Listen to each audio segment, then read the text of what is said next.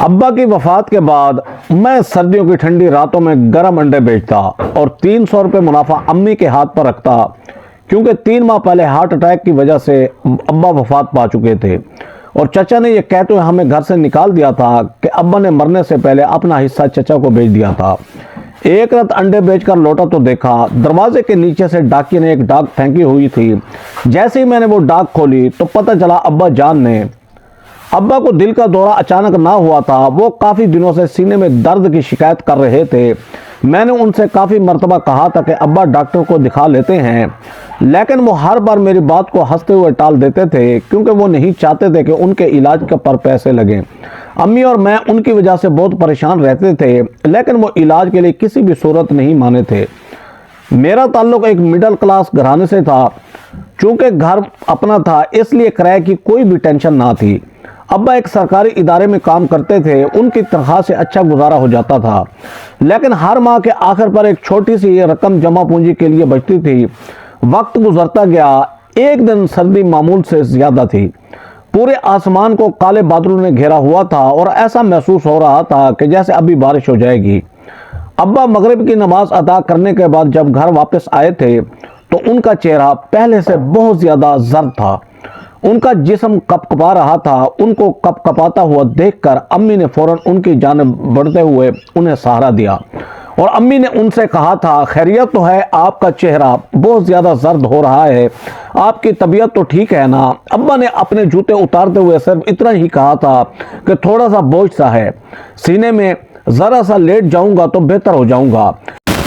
یہ وہ آخری جملہ تو جو میں نے اپنے باپ کے منہ سے سنا تھا۔ ابھی عشاء میں کچھ وقت تھا، امی کچن میں روٹیاں بنا رہی تھی، میں پانی لینے کے لیے باہر گیا ہوا تھا کہ مجھے ایک ایسی آواز سنائی دی تھی کہ جیسے کوئی چیز زمین پر گر پڑی ہو۔ میں دوڑتا ہوا جب کمرے میں آیا تو ابا پر نظر پڑتے ہی میرے قدموں تلے سے زمین نکل پڑی۔ ابا زمین پر گرے ہوئے تھے، ان کی آنکھیں آندھی بند تھیں اور ان کی سانسیں اس وقت بار بار اکھڑ رہی تھی۔ انہوں نے اپنے سینوں کو مضبوطی سے تھاما ہوا تھا۔ ابا کو اس طرح زمین پر گرے ہوئے دیکھ کر میرے منہ میں سے ایک زوردار چیخ نکلی کہ ابا! امی میری چیخ سن کر بھاگتی ہوئی آئی، وہ ابا کے پاس بیٹھ گئیں اور انہوں نے ابا کا سر اپنی گود میں رکھتے ہوئے بار بار ابا کو پکارنا شروع کر دیا کہ اٹھو خدا بخش، اٹھو خدا بخش، تمہیں اللہ کا واسطہ اپنی آنکھوں کھولو۔ لیکن ابا نے اپنی آنکھوں کو نہ کھولا۔ ہمارے گھر سے چیخ و پکار کی آواز سن کر محلے والے بھاگتے ہوئے آئے اور تھوڑی دیر میں ہمارے گھر میں لوگوں کا ہجوم جمع ہو چکا تھا۔ میں بھاگ کر پانی کا گلاس لایا اور میں نے ابا کے منہ پر پانی کے چھینٹے مارنے شروع کر دیے، لیکن پانی چہرے پر پڑنے کے باوجود بھی ابا نہ اٹھے۔ کسی نے کہا کہ انہیں ہسپتال لے کر جاؤ، لیکن جب تک رکشہ آیا تب تک بہت زیادہ دیر ہو چکی تھی۔ محلے کی ایک آدمی جس کا میڈیکل سٹور تھا اور اسے تھوڑا بہت علم تھا، جب اس نے ابا کا چیک اپ کیا تو اس نے کہا کہ اب تو بہت زیادہ دیر ہو چکی ہے، شاید انہیں پہلے بھی ہارٹ اٹیک ہوئے تھے، لیکن انہوں نے صحیح علاج نہیں کروایا، جس کی وجہ سے اب تیسرا ہارٹ اٹیک آتے ہی وہ اپنی جان سے ہاتھ دھو بیٹھے ہیں۔ اس آدمی کی بات سن کے امی وہیں پر ہی بیٹھ گئیں۔ وہ نہ ہی رو رہی تھی اور نہ ہی چیخ رہی تھی۔ وہ ابا کی موت کے صدمے کی وجہ سے ایک دم سے خاموش ہو گئی تھی۔ میں نے انہیں پہلی مرتبہ یوں اندر ہی اندر ٹوٹتے اور بکھرتے ہوئے دیکھا تھا۔ میں نے اسی وقت ابا کے مرنے کا سن کر رونا شروع کر دیا تھا، لیکن کوئی بھی مجھے سہارا دینے کے لیے آگے نہ بڑھا۔ اسی دن ہی میں نے جان لیا تھا کہ ماں باپ کے سوا کوئی بھی اپنا نہیں ہوتا، اور باپ صرف ایک انسان نہیں بلکہ گھر کا محافظ بھی ہوتا ہے، جس کے جاتے ہی گھر میں موجود سب کچھ ملبہ بن کر رہ جاتا ہے۔ ابا کے جنازے پر پورا محلہ آیا، لوگ تو تعزیت کر کے چلے گئے تھے، لیکن ایک شخص کا رویہ ان دنوں مجھے بہت زیادہ کھٹک رہا تھا۔ وہ شخص کوئی اور نہیں بلکہ میرا چچا تھا۔ ابا کی وفات والے دن تو بہت زیادہ رو رہے تھے اور لوگوں کو روتے ہوئے وہ بار بار یقین دلانے کی کوشش کر رہے تھے کہ مجھے میرے بھائی سے بہت زیادہ پیار تھا، لیکن ابا کی تدفین ہوتے ہی وہ مکمل طور پر بدل گئے تھے۔ ان کے آنسو جو وہ ابا کی وفات پر لوگوں کو دکھانے کے لیے بہا رہے تھے، وہ ابا کی تدفین ہوتے ہی ایک دم خشک ہو گئے۔ ان کا رویہ ہم ماں اور بیٹے سے ایک دم تبدیل ہو گیا تھا۔ ابھی ابا کو دفن ہوئے 4 ہی دن گزرے تھے کہ وہ 5ویں دن ہمارے پاس آ کر بیٹھ گیا۔ چونکہ امی اس وقت صدمے میں تھی، اس لیے انہوں نے اپنے گلے کو صاف کرتے ہوئے امی کو مخاطب کر کے کہا کہ بھابھی، میں نے آپ سے ایک ضروری بات کرنی ہے۔ امی نے ان سے کہا کہ جی بھائی بولیے۔ تو وہ بنا کسی تمہید کے بولے کہ بھابھی، بھائی نے مرنے سے پہلے یہ گھر مجھے بیچ دیا تھا۔ چچا کی بات سن کر مجھے ایسا محسوس ہوا کہ جیسے کسی نے میرے سر پر آسمان گرا دیا ہو۔ مجھے ان کی بات سن کر دھچکا لگا اور میں نے حیرت سے کہا کہ کیا؟ چچا نے میری بات سننے کے بعد تیز نظروں سے میری جانب دیکھتے ہوئے کہا کہ چپ کر کے بیٹھو، تمہیں یہ تک معلوم نہیں کہ جب بڑے بات کر رہے ہوں تو ان کے درمیان نہیں بولتے۔ ان کی بات سن کر میں خاموش ہو گیا۔ انہوں نے امی سے مخاطب ہوتے ہوئے کہا کہ بھائی کو پیسوں کی بہت زیادہ ضرورت تھی، اس لیے انہوں نے یہ گھر مجھے بیچ دیا تھا اور بدلے میں انہوں نے مجھ سے پیسے لیے تھے۔ ان کی بات سن کر امی کو بہت زیادہ حیرت ہوئی اور انہوں نے حیران ہوتے ہوئے چچا سے پوچھا کہ مجھے تو انہوں نے کبھی کچھ بھی نہیں بتایا تھا۔ امی کی بات سنتے ہی چچا نے دبی ہنسی ہنستے ہوئے جواب دیا کہ وہ پہلے تو آپ کو کچھ بھی نہیں بتاتے۔ ان کی بات سن کر امی خاموش ہو گئیں، لیکن میں جانتا تھا کہ اگر کبھی ایسی کوئی بات ہوتی تو ابا امی کو ضرور بتاتے۔ اس لیے میں نے کافی دیر سوچنے کے بعد چچا سے کہا کہ اگر ابا نے یہ گھر آپ کو بھیج دیا تھا تو آپ کاغذات دکھائیں۔ میری بات سنتے ہی چچا کہکہا لگا کر ہنسا تھا اور اس نے ہنستے ہوئے ہی میرے کندھے پر ہاتھ رکھتے ہوئے کہا کہ وقت آنے پر میں وہ بھی دکھا دوں گا، فی الحال میں صرف آپ لوگوں کو یہ بتانے کے لیے آیا ہوں کہ آپ لوگوں کو یہ گھر خالی کرنا ہوگا۔ ان کی بات سن کر امی پریشان ہو گئیں اور ان کی آنکھوں میں سے آنسو نکل پڑے۔ انہوں نے کانپتی ہوئی آواز میں چچا سے مخاطب ہو کر کہا کہ پھر ہم لوگ کہاں پر جائیں گے؟ کرائے کا گھر رہنے کے لیے لے لینا، یہ کہتے ہی وہ وہاں سے چلے گئے۔ لیکن انہوں نے ہمیں بہت زیادہ پریشان کر دیا تھا۔ ہمیں اس وقت بالکل بھی سمجھ میں نہیں آ رہا تھا کہ ہم کہاں پر جائیں گے۔ 2 دنوں کے بعد صبح سویرے ہی چچا پھر آ گئے۔ اس دفعہ ان کے ساتھ 2 آدمی بھی تھے جو وہ اپنی مدد کے لیے لائے تھے۔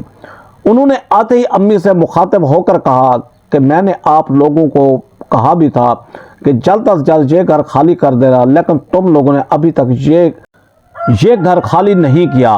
اگر تم لوگوں نے 5 منٹ میں یہ گھر خالی نہ کیا تو میں ان آدمیوں کی مدد سے تم لوگوں کو دھکے دے کر نکال دوں گا اس گھر سے۔ ان کی بات سن کے میری آنکھوں میں آنسو آ گئے اور میں نے ان کی منتیں کرتے ہوئے کہا کہ چچا ہمیں یہیں پر ایک کونے میں رہنے دو، ہم لوگ کہاں پر جائیں گے؟ لیکن چچا ہماری کوئی بھی بات سننے کے لیے تیار نہ تھے، اس لیے مجبوراً ہم نے اپنا کچھ ضروری سامان اٹھایا اور ہم وہاں سے نکل آئے تھے۔ امی نے کہا کہ چلو میں اپنی ایک دوست کے گھر تمہیں لے چلتی ہوں، وہ ہماری مدد ضرور کرے گی اور ہمارے رہنے کا انتظام بھی کر دے گی۔ لیکن جب ہم لوگ وہاں پر پہنچے تو وہ دوست گھر پر ہی موجود نہ تھی، جس کی وجہ سے ہم کچھ دیر ایک جگہ سے دوسری جگہ چکر لگاتے رہے، لیکن کوئی بھی ہمیں اپنے پاس رکھنے کے لیے تیار نہ تھا۔ وہ رات ہم نے سڑک کے کنارے پر ہی سوتے ہوئے گزاری۔ صبح ہوتے ہی ہم ایک بوسیدہ سے علاقے میں ایک پرانا سا گھر ڈھونڈنے میں کامیاب ہو چکے تھے، جس کا کرایہ بہت کم تھا۔ وہ گھر ملتے ہی ہم نے اللہ تعالیٰ کا شکر ادا کیا۔ امی تو اس گھر میں داخل ہوتے ہی جائے نماز بچھا کر سجدے میں گر گئیں اور انہوں نے سجدے میں گرتے ہی رونا شروع کر دیا۔ میں نے انہیں رونے دیا کہ ان کے دل کا بوجھ کم ہو۔ اسی رات ہی میں نے فیصلہ کر لیا تھا کہ میں اپنی ماں کا سہارا بنوں گا اور انہیں کبھی بھی کسی چیز کی کوئی کمی محسوس نہیں ہونے دوں گا۔ لیکن مجھے یہ بالکل بھی سمجھ میں نہیں آ رہا تھا کہ میں کیا کروں۔ اگلے دن جب میں نے کام تلاش کرنے کے لیے گھر سے قدم نکالا تو مجھے کہیں پر بھی کام نہ ملا، لیکن پھر بھی میں نے ہمت نہ ہاری۔ چوتھے دن جب میں کام تلاش کرنے کے لیے گھر سے نکلا ہی تھا تو میری ملاقات ایک آدمی سے ہوئی جس کی شہر میں مرغیوں کی دکان تھی اور وہ انڈے بیچتا تھا۔ وہ مجھے اپنے ساتھ کام پر رکھنے کے لیے تیار ہو گیا۔ اس نے مجھ سے کہا کہ میں ریڑھی پر روزانہ اس کے انڈے بیچ کر آؤں گا تو وہ مجھے آدھا منافع دے گا۔ میں خوشی خوشی اس کے ساتھ کام کرنے کے لیے تیار ہو گیا اور میں اس وقت اسی بات پر ہی خوش تھا کہ مجھے کام مل چکا ہے۔ اس آدمی نے ہی میرے لیے ایک ریڑھی کا انتظام کیا اور اس نے مجھے حکم دیا کہ میں ہر صبح اس کی دکان سے انڈے لے جایا کروں اور جا کر بیچ آیا کروں۔ میں نے ایسا ہی کرنا شروع کر دیا۔ میں صبح اٹھ کر نماز پڑھنے کے بعد ناشتہ کرتا اور گھر سے نکل پڑتا۔ پہلے میں دکان پر جا کر انڈے لیتا اور پھر انہیں بیچنا شروع کر دیتا۔ جس دن میرا پہلا دن تھا اس دن مجھے ایک محلے والے نے انڈے بیچتے ہوئے دیکھ لیا تھا۔ میرے پاس آ کر طنزیہ لہجے میں بولا کہ اوئے تم نے بھی انڈے بیچنے شروع کر دیے ہیں۔ میں نے اس کی بات سن کر شرمندگی سے اپنا سر کو جھکا لیا اور میں نے کچھ دیر کے بعد سر اٹھا کر اس سے کہا کہ اگر تمہیں انڈے لینے ہیں تو لو ورنہ چلے جاؤ یہاں سے۔ میری بات سن کر وہ برا سا منہ بنا کر وہاں سے چلا گیا۔ اس دن میں نے 40 انڈے بیچے ایک دکان پر اور شام کو واپس آ کر میں نے 300 روپے امی کے ہاتھ پر رکھ دیے۔ امی پہلے تو وہ پیسے دیکھ کر حیران ہوئی لیکن انہوں نے مجھ سے کچھ بھی نہیں کہا۔ اس رات آدھی رات کو میری آنکھ کھلی۔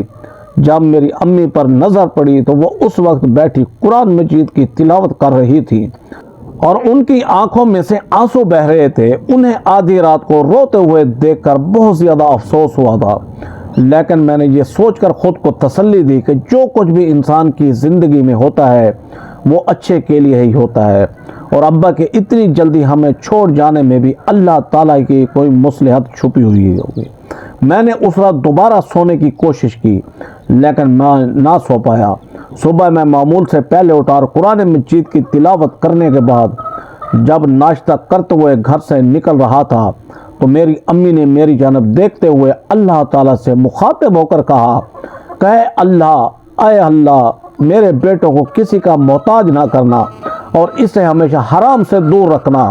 امی کی دعا سن کے میں نے دل ہی دل میں آمین کہا اور میں گھر سے نکل آیا۔ امی کے ساتھ ساتھ میری اپنی بھی یہ سوچ تھی کہ جائے انسان کم کھا لے لیکن جو کچھ بھی کھائے وہ ہونا حلال کا چاہیے، کیونکہ میں اچھی طرح سے جانتا تھا کہ حلال کا ایک لقمہ حرام کے 10 لقموں سے بہتر ہوتا ہے۔ وقت گزرتا گیا، جلد ہی محلے والوں کو میرے انڈے بیچنے کے بارے میں معلوم ہو گیا۔ جہاں پر بھی وہ لوگ مجھے دیکھتے وہ میرا مذاق اڑانا شروع کر دیتے تھے۔ شروع میں تو ان کی باتیں میرے دل پر اثر کرتی تھیں، لیکن وقت گزرنے کے ساتھ ساتھ میں نے خود کو ڈیٹھ بنا لیا تھا۔ میں ان کی باتوں کو ایک کان سے سننے کے بعد دوسرے کان سے نکال دیتا تھا۔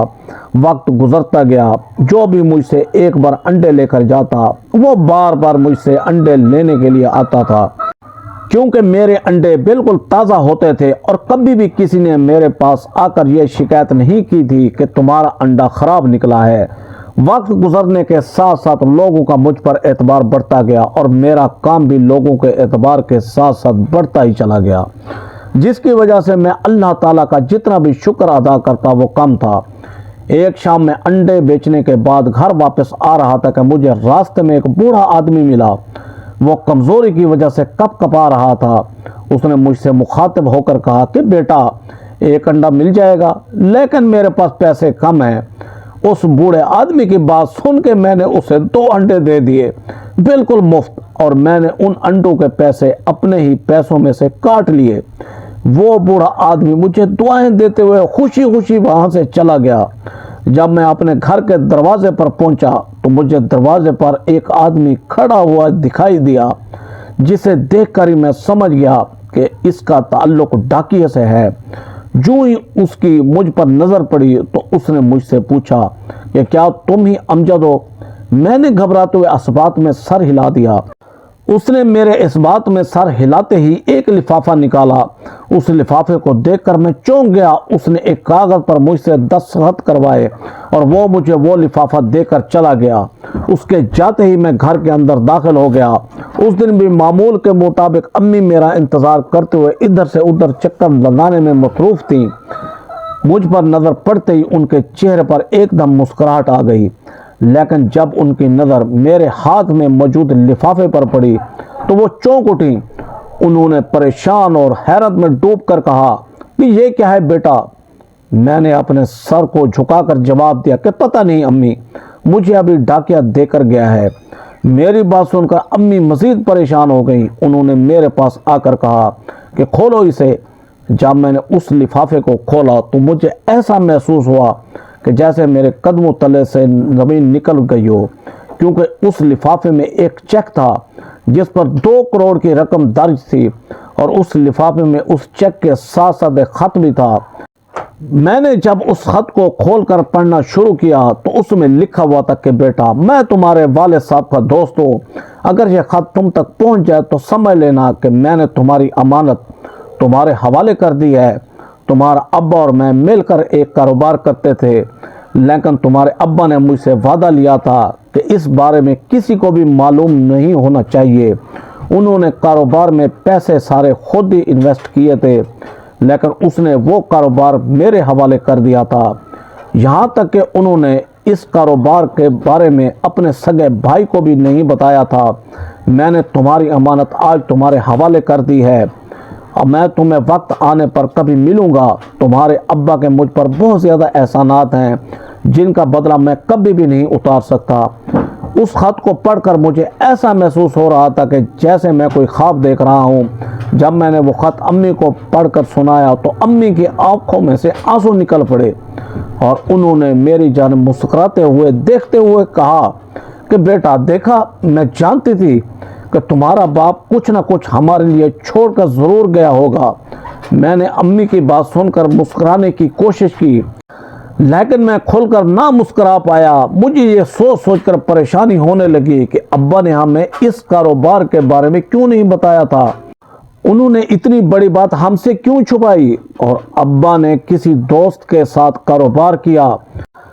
جہاں تک مجھے یاد تھا میں نے ابا کے سب دوستوں کو دیکھا ہوا تھا اور ان میں سے کوئی بھی کاروبار نہیں کرتا تھا، اس لیے مجھے بالکل بھی سمجھ میں نہیں آ رہا تھا کہ خط بھیجنے والا ابا کا کون سا دوست ہے۔ اگلے دن میں نے ابا کے ایک دوست سے ملنے کا فیصلہ کیا تاکہ میں حقیقت جان سکوں۔ جب میں نے ابا کے دوست کو ساری حقیقت سے آگاہ کیا تو انہوں نے جو کچھ مجھے بتایا اسے سن کے میں دنگ رہ گیا۔ در حقیقت یہ ان دنوں کی بات تھی جب ابا جوان تھے اور ان کی شادی بھی نہ ہوئی تھی۔ وہ اور چچا اس وقت ایک ہی چھت کے نیچے رہتے تھے۔ دادا جان کے انتقال کے بعد ان کا چھوٹا سا کاروبار دونوں بھائیوں کے ہاتھ میں آ گیا تھا۔ چچا کا مزاج شروع سے ہی ان سے مختلف تھا، وہ جلد از جلد امیر بننا چاہتے تھے، پھر چاہے وہ حرام کے پیسے سے بنے یا حلال کے، بس وہ جلد از جلد امیر بننا چاہتے تھے، اور اپنی اسی خواہش کو پورا کرنے کے لیے وہ غلط راستے پر چل پڑے۔ ان کے دوست بھی ان کے ہی جیسے تھے جو بہت سے غیر قانونی کاموں میں ملوث تھے۔ ابا کا مزاج شروع سے ہی چچا سے مختلف تھا۔ ان کی سوچ کے مطابق انسان کو کم کھا پی لینا چاہیے، لیکن جو کچھ بھی ہو وہ حلال کا ہونا چاہیے۔ ابا نے چچا کو سمجھا کر برے راستے پر چلنے سے بہت روکا، لیکن وہ پھر بھی نہ رکے۔ ان دنوں ابا کی ملاقات ایک سلیم نامی شخص سے ہوئی تھی جو ایک تاجر تھا۔ وہ ایک علاقے سے چیزیں لے کر دوسرے علاقے میں بیچتا تھا، جس سے انہیں اچھا خاصا منافع حاصل ہوتا تھا۔ انہیں کاروبار کے لیے ایک ایماندار شخص کے ساتھ کی ضرورت تھی۔ وہ شہر میں کافی لوگوں سے ملے تھے، لیکن وہ پھر بھی مطمئن نہ ہوئے تھے۔ ایک دن وہ ابا کی دکان پر سامان بیچنے کے لیے آئے۔ انہوں نے جان بوجھ کر ابا کو جانچنے کے لیے ایک غلط رقم بتائی، لیکن ابا نے ایمانداری سے کام لیتے ہوئے انہیں سمجھایا کہ وہ اپنی کم رقم کہہ رہے ہیں۔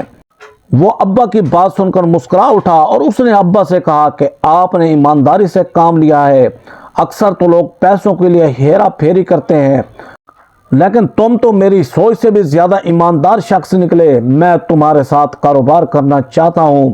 اور ابا اس شخص کے ساتھ کاروبار کرنے کے لیے تیار ہو گیا۔ شروع میں تو کاروبار بہت زیادہ چل پڑا، لیکن وقت گزرنے کے ساتھ ساتھ جب چچا کو سلیم کے ساتھ شراکت داری کا معلوم ہوا تو اس نے پیسوں میں ہیرا پھیری کرنا شروع کر دی۔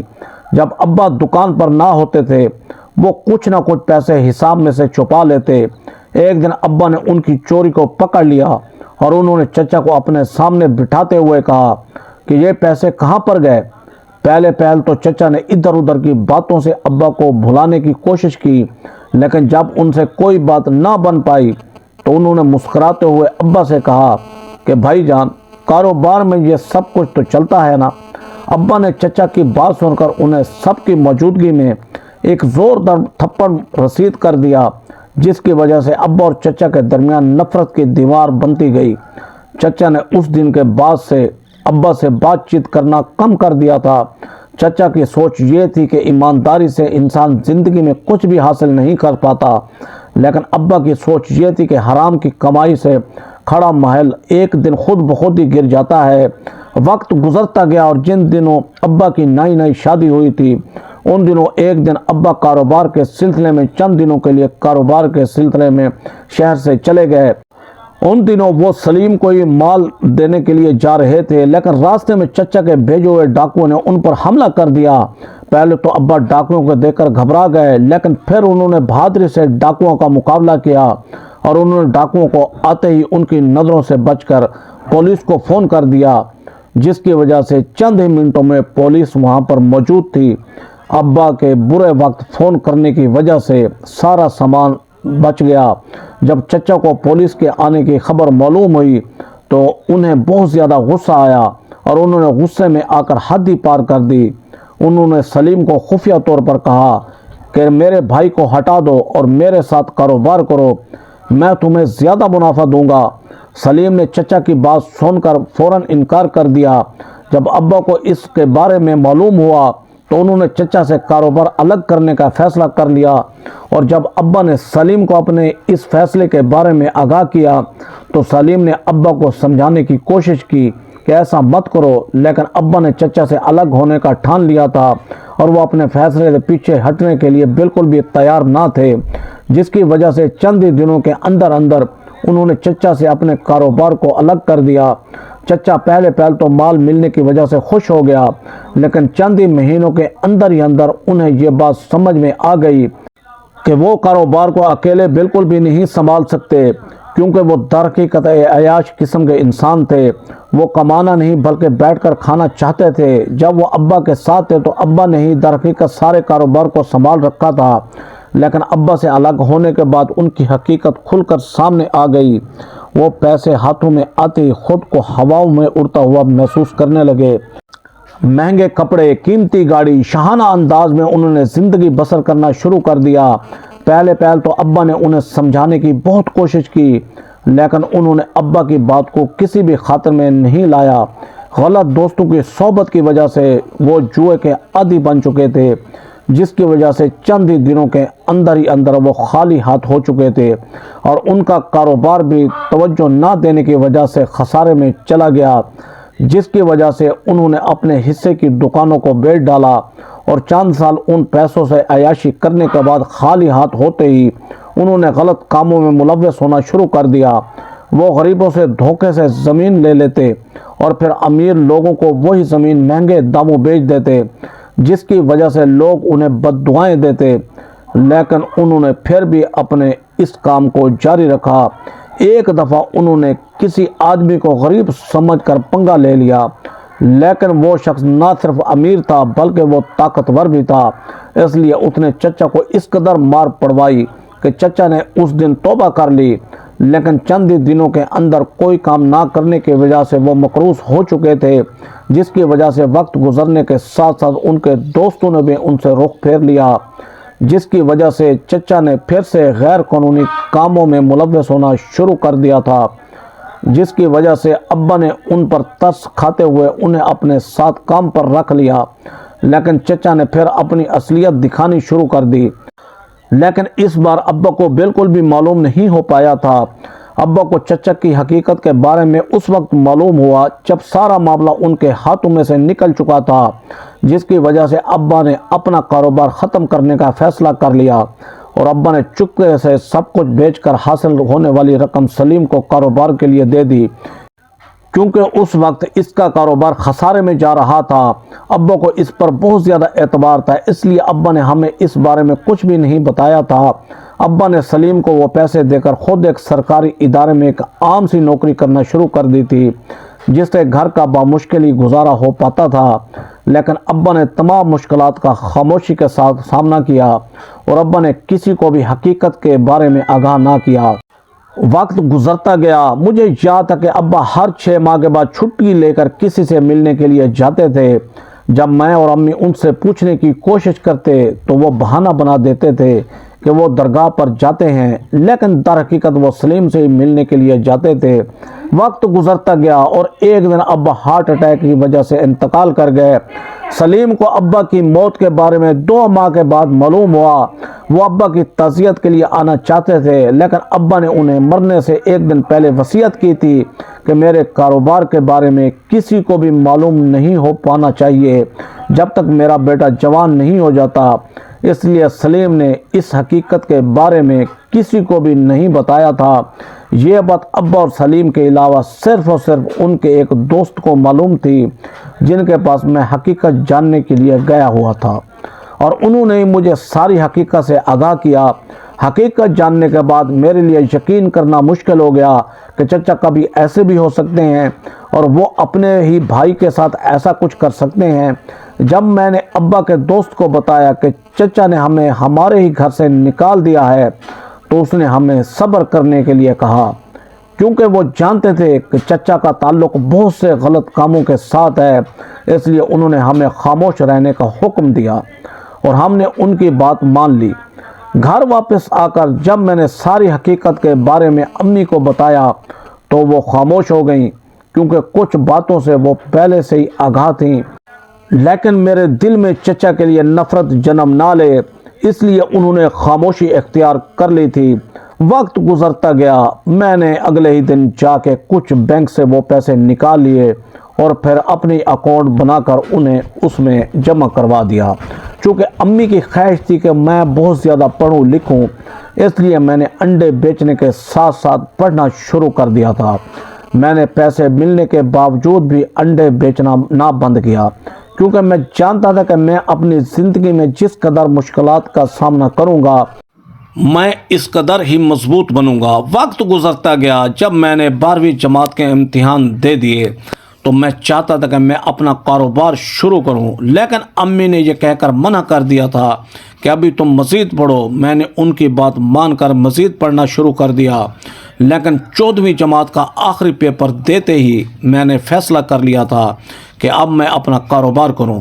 جب میں نے اپنے اس فیصلے کے بارے میں امی کو آگاہ کیا تو انہوں نے مجھے کاروبار کرنے کی اجازت دے دی، اور میں نے انہی پیسوں سے شہر میں دکان لی تھی۔ میں نے کپڑوں کا کاروبار کرنا شروع کر دیا۔ وقت گزرنے کے ساتھ ساتھ اللہ تعالیٰ نے اس کاروبار میں اس قدر برکت ڈالی کہ چند ہی سالوں کے اندر اندر وہ کاروبار ترقی کی منزل طے کر چکا تھا اور میرا شمار شہر کے بڑے بزنس مینوں میں ہونے لگا۔ ایک دن میں دکان پر بیٹھا کام میں مصروف تھا کہ دکان میں ایک بہت ہی ضعیف شخص داخل ہوا۔ میں نے اسے دیکھتے ہی احتراماً کھڑے ہو کر اسے اپنی جگہ پر بٹھایا۔ میں اس شخص کو پہلے جانتا تک نہ تھا اور نہ ہی میں نے اس شخص کو پہلے کبھی دیکھا ہوا تھا، لیکن پھر بھی میں نے اسے احتراماً بیٹھنے کی جگہ دی اور میں نے ان کے کھانے پینے کے لیے سامان منگوایا۔ باتوں ہی باتوں کے دوران مجھ پر یہ حقیقت آشکار ہوئی کہ وہ شخص کوئی اور نہیں بلکہ میرے ہی والد صاحب کا دوست سلیم ہے۔ وہ چاہتا تھا کہ میں اس کے بیٹوں کے ساتھ کاروبار کروں۔ اس کی ایمانداری کو دیکھ کر میں اس کے بیٹوں کے ساتھ کاروبار کرنے کے لیے تیار ہو گیا۔ کافی گھنٹے وہ میرے ساتھ بیٹھا باتیں کرتا رہا اور شام ہوتے ہی اس کا بیٹا اسے لینے کے لیے آیا تھا اور وہ مجھ سے بھی بہت اچھے طریقے سے ملا۔ میرا کام دے کر وہ میرے ساتھ کام کرنے کے لیے تیار ہو گیا تھا اور اس نے چند ہی دنوں کے بعد مجھ سے دوبارہ ملنے کا کہہ کر چلا گیا۔ جب میں نے سلیم صاحب اور ان کے بیٹے کے بارے میں امی کو بتایا تو امی مجھ سے ناراض ہو گئیں، کیونکہ امی بھی سلیم صاحب کی ایمانداری کی وجہ سے ان سے ملنا چاہتی تھی، لیکن امی سے انہیں ملوانے کی بات میرے دماغ میں ہی نہ آئی تھی۔ میں نے امی سے وعدہ کیا تھا کہ میں چند ہی دنوں کے بعد انہیں اپنے گھر لے آؤں گا، اور میں نے امی سے کیا ہوا اپنا وعدہ پورا کیا اور چند ہی دنوں کے بعد انہیں امی سے ملوایا۔ انہیں بھی امی سے مل کر بہت زیادہ خوشی ہوئی۔ انہوں نے میرے ساتھ کاروبار کرنا شروع کر دیا اور ان کے ساتھ کاروبار کرنا مجھے بہت اچھا لگا، کیونکہ سلیم صاحب کے بیٹے بھی اپنے والد صاحب کی طرح ایماندار تھے۔ وقت گزرتا گیا، امی نے مجھ پر دباؤ ڈالنا شروع کر دیا کہ میں شادی کر لوں، لیکن مجھے شادی نہیں کرنی تھی۔ لیکن امی کی ضد کے آگے میں ہار مان گیا۔ میں نے سلیم صاحب کی پوتی سے شادی کر لی اور اللہ تعالیٰ نے مجھے پہلے ہی سال ایک خوبصورت بیٹے سے نوازا۔ جس کا نام میں نے شامیر علی رکھا۔ سلیم صاحب کی پوتی میرے لیے بہت ہی اچھی ہم سفر ثابت ہوئی۔ وہ نہ صرف نیک سیرت خاتون تھی بلکہ وہ بہت زیادہ خوبصورت بھی تھی۔ وہ میرے ساتھ ساتھ امی کا بھی بہت زیادہ خیال رکھتی تھی اور اس کے آنے سے میرا گھر جنت بن گیا تھا، جس کی وجہ سے میں اللہ تعالیٰ کا جتنا بھی شکر ادا کرتا وہ کم تھا۔ وقت گزرتا گیا۔ ایک دن رات کے وقت نماز پڑھنے کے بعد امی ایسی سوئی تھی کہ جب اگلی صبح میں انہیں نماز پڑھنے کے لیے اٹھانے کے لیے گیا تو اس وقت ان کی روح پرواز کر چکی تھی۔ امی کی اچانک ہونے والی موت نے مجھے ہلا کر رکھ دیا تھا، لیکن ان دنوں میری بیوی نے میرا بہت زیادہ خیال رکھا، جس کی وجہ سے چند ہی دنوں کے اندر اندر میں ٹھیک ہو گیا۔ میرا بیٹا شامیر علی میری ہی بیوی کی طرح خوبصورت تھا۔ اس کی پہلی سالگرہ کے موقع پر جب ہم میاں بیوی آدھی رات کو ہوٹل سے واپس آ رہے تھے تو راستے میں اچانک مجھے سڑک کے بیچوں بیچ ایک آدمی گرا ہوا ملا۔ جب میں نے اس آدمی کے پاس پہنچ کر اسے دیکھا تو میں دنگ رہ گیا، حیران رہ گیا، کیونکہ وہ شخص کوئی اور نہیں بلکہ میرا چچا تھا جس نے ہمارے گھر پر ناحق قبضہ کر لیا تھا۔ اس وقت اس کی روح پرواز کر چکی تھی۔ میں چچا کی لاش کو گھر لایا اور میں نے انہیں اگلی صبح ان کے نماز جنازہ کے بعد دفن کر دیا تھا۔ دوستو کمنٹ باکس میں اپنی رائے کا ضرور اظہار کیجیے گا کہ یہ سٹوری آپ کو کیسی لگی۔ ایسی سبق سٹوری دیکھنے کے لیے ویڈیو کو لائک کریں، ہمارے چینل شوکت وائس کو سبسکرائب کر کے بیل آئیکن کو دبا کر آل پر کلک کر دیں تاکہ آپ کو ہر آنے والی نیو ویڈیو کا نوٹیفیکیشن سب سے پہلے ملے۔ Thanks for watching. اللہ حافظ۔